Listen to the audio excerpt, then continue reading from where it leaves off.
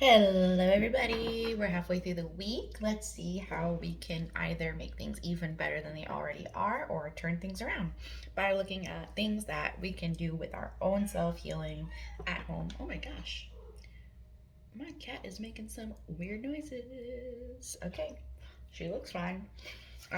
what is the self healing energy of the week? And by the way, I have remote healings on sale right now. The sale ends tonight. And that includes chakra specific healings. What is the self healing energy of the collective this week, please? We have the Queen of Swords and the Six of Wands. They are both.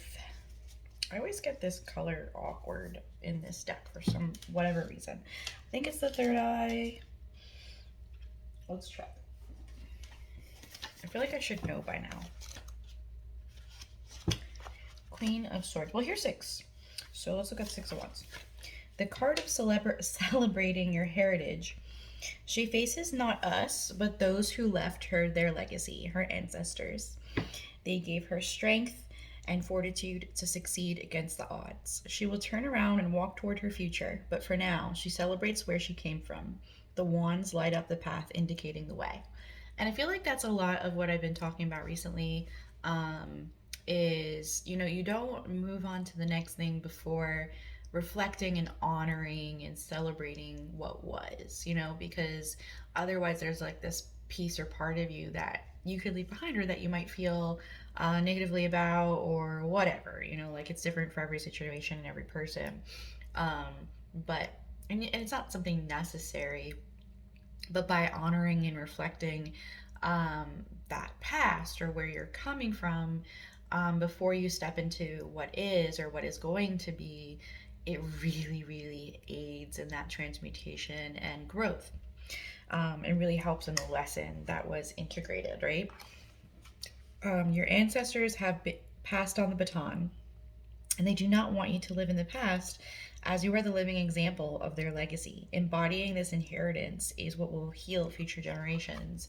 And another thing that's interesting is that we were talking about Encanto at work today. Not really like in depth, but it did come up, and I really feel like that is so like it's such a tangible feeling. It's so emotional. That message is really passed there. If you haven't seen Encanto yet, or if you just want to revisit the movie, I think it could be really helpful this week.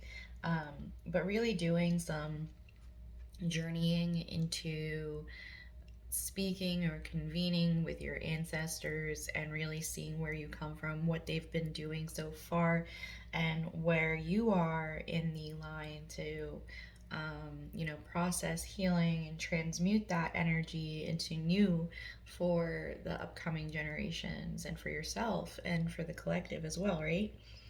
Um, so, adaptability, victory, success, headway, fulfillment, praise, glory, leader. As in the card image, open your arms wide. What energy surges through you? Breathe and see what it is you are manifesting. Inhale it, experience it, and now step into the excellence necessary to live it into reality. You are more than this moment. You are all that has come before. Recognize with gratitude the sacrifices made by your ancestors. And a huge thing that comes into mind here, I've been like relating things to shows and movies a lot today, um, is if you have seen Vampire Diaries, and it's like towards the very, very end, so spoiler alert. Um, I'll try not to spoil anything actually. There's this part at the very, very end of the show, and I mean Vampire Diaries, not Legacies or originals, where Bonnie, one of the characters, is, trying to be up against like this huge, huge, huge, huge thing. But she's like, it's not just me, right? It's my ancestors. It's every Bennett that has come before me. And then it's a scene where like all of her ancestors are behind her, like giving her that same power, that same energy, right? And all of the sacrifices that have been made up to that point, right? And like all the work and all of the life force that is there. We're all given that, right? So, Queen of Swords. Where is the Queen of Swords? The card of cold truth. This queen is not alone or uncaring. Her furry companions betray her internal warmth. She has the ability to face any adversity and can cut off all ties if necessary. Be prepared to protect what is yours. Open yourself to setting aside limiting ideas, something you may not have been willing to do until now. Be decisive and forthright. You may be faced with a departure or ending, but you will land on your feet. You will have everything you need to face any challenge. Integrity, severing, ethics, advisor, aloofness, separation, decisiveness. Stand back and ask one of your relatives, what would we say, to come forward and speak to you. What did you learn from this aspect of yourself? Can you see any new ideas? What have you created from this information? Decisiveness is necessary to create anything. Remember, we procrastinate when we care. Release attachment and move forward. So this is a lot about, making that decision, coming forward, being logical, having that intelligence, having that communication. And I think it's important, that this character is facing back and this character is facing forward. So, like, acknowledging the past, integrating it, and then looking forward and defending that while also defending your stance and where you're going forward, like using it strategically and remembering that you are held, you are supported, you are cared for, you know? Yeah, so this is the third eye chakra. It's between the eyebrows. The element is colored light. It's Om, and then the planet is Jupiter, the planet of expansion, which also represents the ushering in of luck.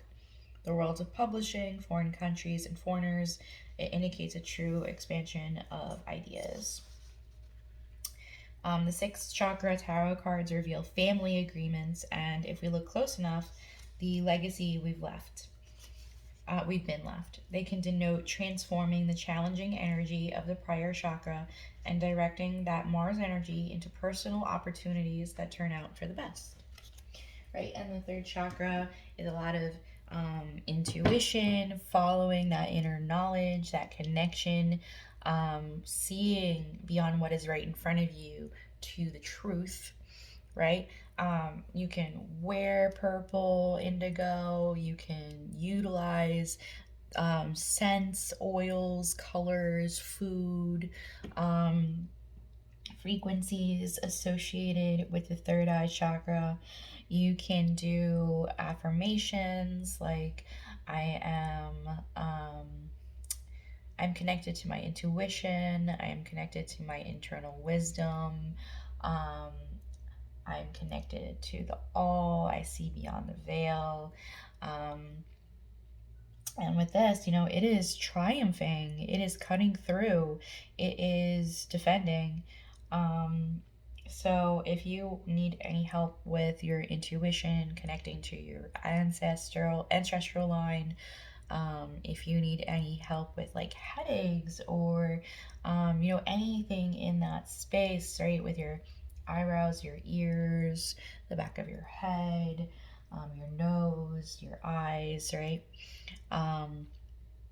balance, thoughts, stuff like in your head, right, anxiety, um, doubt, confusion, feeling lightheaded, muddled, um, all of that kind of thing, then I am here. We have healings on sale, we have readings, hypnosis guided meditations for the third eye, energy reports that come with the healings, Reiki charged crystals to charge your third eye,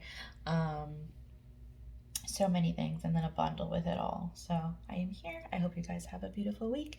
Defend what is yours. Remember where you come from, and remember that you are supported and have so much more backing you than you realize.